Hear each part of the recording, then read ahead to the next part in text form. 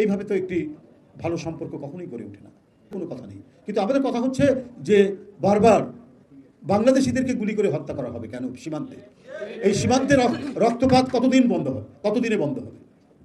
এত আলোচনা করার পর এবং এত সুন্দর বাংলাদেশের সাথে ভারতের সম্পর্ক, অনেকেই বলেন যে অত্যন্ত চমৎকার সম্পর্ক বিদ্যমান ঢাকা দিল্লি, তারপরেও গতকাল দুইজনকে গুলি করে হত্যা করা হয়েছে ব্রাহ্মণবাড়িয়ার এক সীমান্তে।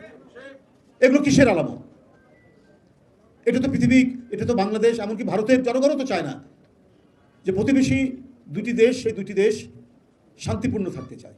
আমরা আমাদের দেশের মানুষ যাকে ইচ্ছা তাকে ভোট দেবে, সরকার গঠন করবে, তারা নিজেদের ভাগ্য নিজেরা পরিচালনা করবে, নিজেরা ঠিক করবে। ভারত আরেকটি দেশ, তারা নিজেদের ভাগ্য নিজেরা পরিচালনা করবে। তারা সুখে শান্তিতে থাকুক, আমরা সুখে শান্তিতে থাকবো, একটি সৎ প্রতিবেশী সুলভ বন্ধুত্বপূর্ণ সম্পর্ক থাকবে। কিন্তু আপনি বারবার সীমান্তকে রক্তাক্ত করতে থাকবেন।